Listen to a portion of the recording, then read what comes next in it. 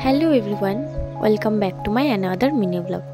কলকাতায় আসার পর থেকে তোমাদের সঙ্গে ভিডিও শেয়ার করাই হচ্ছে না।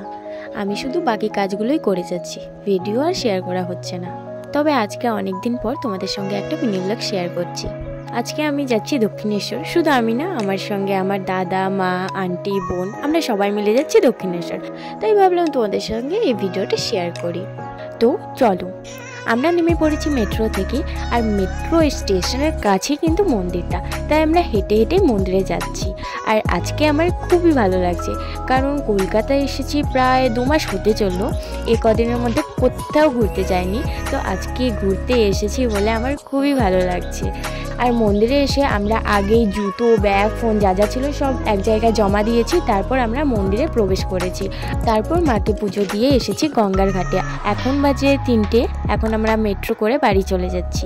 আর আজকের মিনি ব্লগটা এই পর্যন্তই। দেখা হচ্ছে নেক্সট মিনি ব্লগে। ওকে বাই, তোমরা সবাই ভালো থেকো, সুস্থ থেকো।